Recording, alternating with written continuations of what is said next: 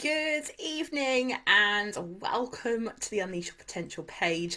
My name is Laura Evans and I'm the founder and lead trainer here at Unleash Your Potential. And of course, your host on this page, helping people like you to unleash their potential in business and life. Now, today's live was inspired by two conversations I've had today with two different people. And it's all about what are you saying to yourself and how is that making you feel?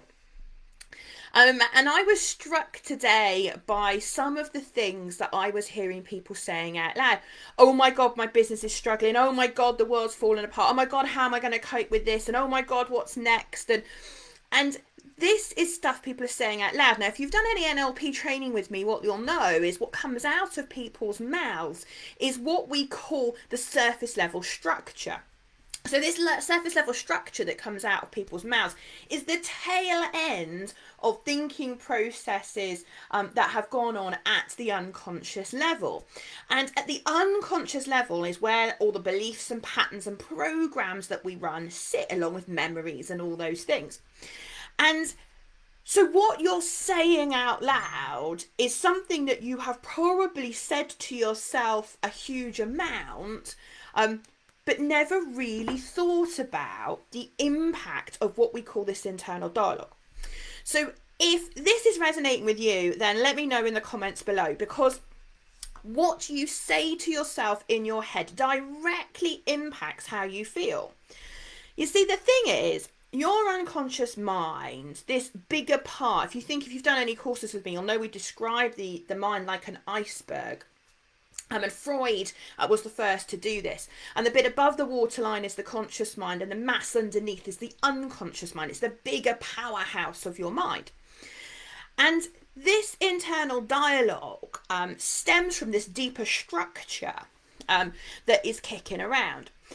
But your unconscious mind is always surveying the horizon, looking for information to back up the story that you tell yourself. Now, some of you will have seen me using my ball before.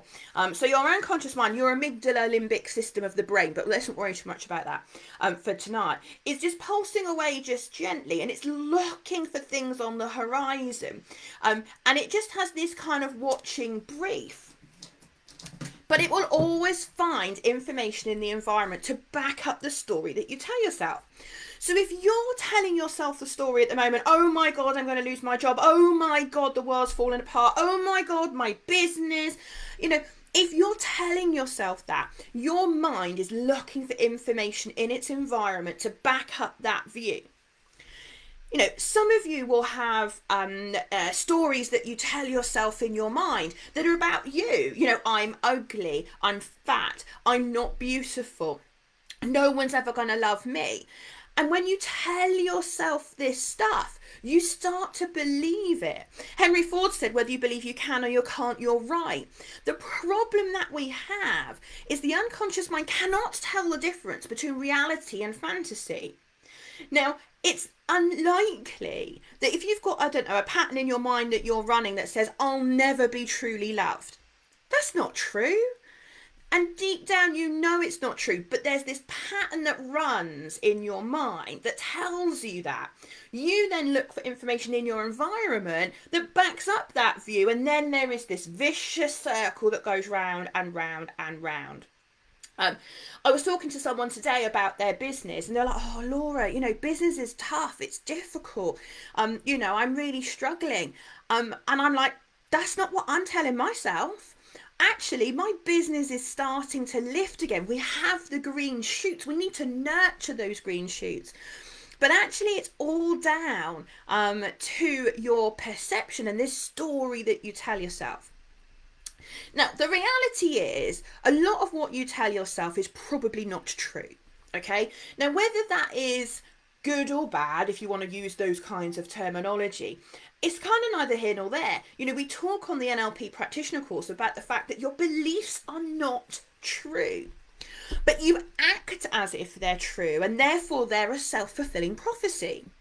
So if you believe that you're not beautiful, then you'll act as if you're not beautiful. You'll look for information in the environment that tells you you're not beautiful. If, on the other hand, you believe that you are beautiful, then you're going to look for things in the environment to back that up. You're going to pick up the positivity. You're going to pick up the compliments rather than dismissing them. The power, honestly, the power of what you tell yourself right now, I would bet money on it, is determining how you're feeling. Because you can talk yourself down, but you can talk yourself back up. And if these things we're telling ourselves are not true anyway, they're technically lies, then pick better lies to tell yourself so that you start to lift yourself up and try and spur yourself on. This internal dialogue that we have has a lot to answer for. Some of us are our own worst enemy. We say things to ourselves that we know are not true, but we kind of mentally beat ourselves up. I'd love you to change that. You know, why don't you create some statements that you can use which are the opposite of that? You know, if you've been in the training room with me, you'll know that I use this a lot to help manage my health. You know, when you wake up in the morning and you say to yourself, oh, I've got the sniffles and I'm feeling rubbish, and you tell everybody that you're feeling rubbish, guess what? You are likely to escalate that cold and you'll wake up the following morning not feeling well. If, however, you change the internal dialogue and you start to say to yourself, I'm fit and healthy and well, I'm fit and healthy and well, I'm fit and healthy and well, then you're focusing on the very thing you want. Your mind will then start to program in that way. Honestly, it's happened to me too many times now for me to think that it's just a coincidence.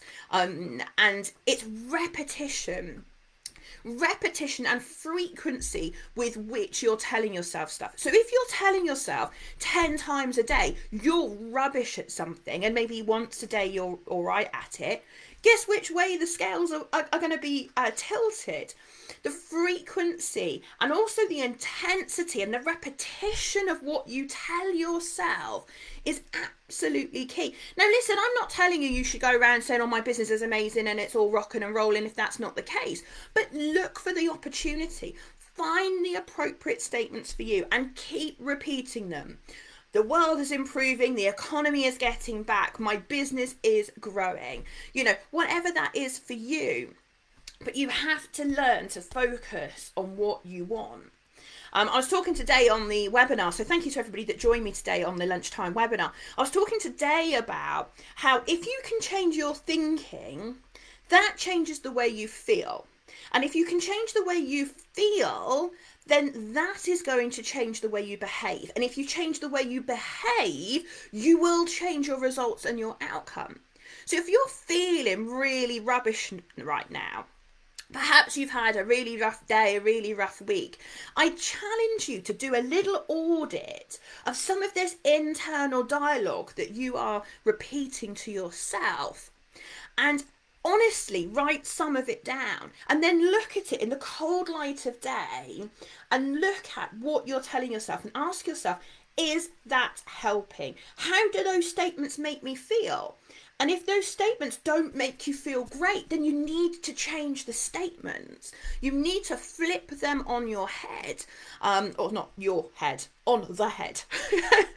It's getting late, I'm getting tired. But I was so passionate about getting on here today to share this message because so many conversations I've had this week, and particularly today, it reminded me of this message about the frequency and the intensity. Like if you say those negative statements to yourself with real intensity, your unconscious mind cannot tell the difference between reality and fantasy. It really can't.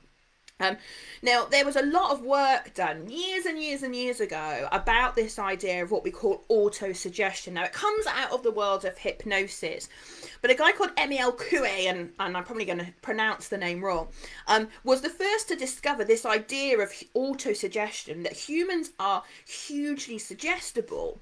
And actually, all hypnosis is essentially self-hypnosis, but it's a whole other conversation.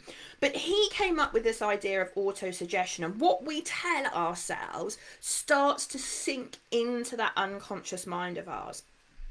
If you take children, for example, some of you will have youngish kids, and And, you know, if you take a small child, and we've probably as adults reflect back now on our childhood and what we were told as children.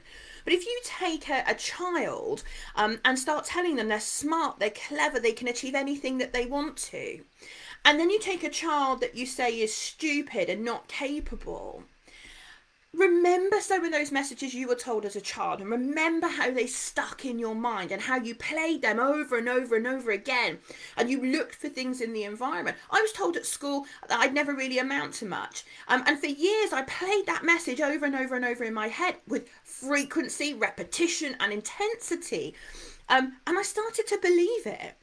And it wasn't until in my 20s and 30s that I started to realise that actually there was a whole world out there and I could go and achieve anything that I wanted to achieve.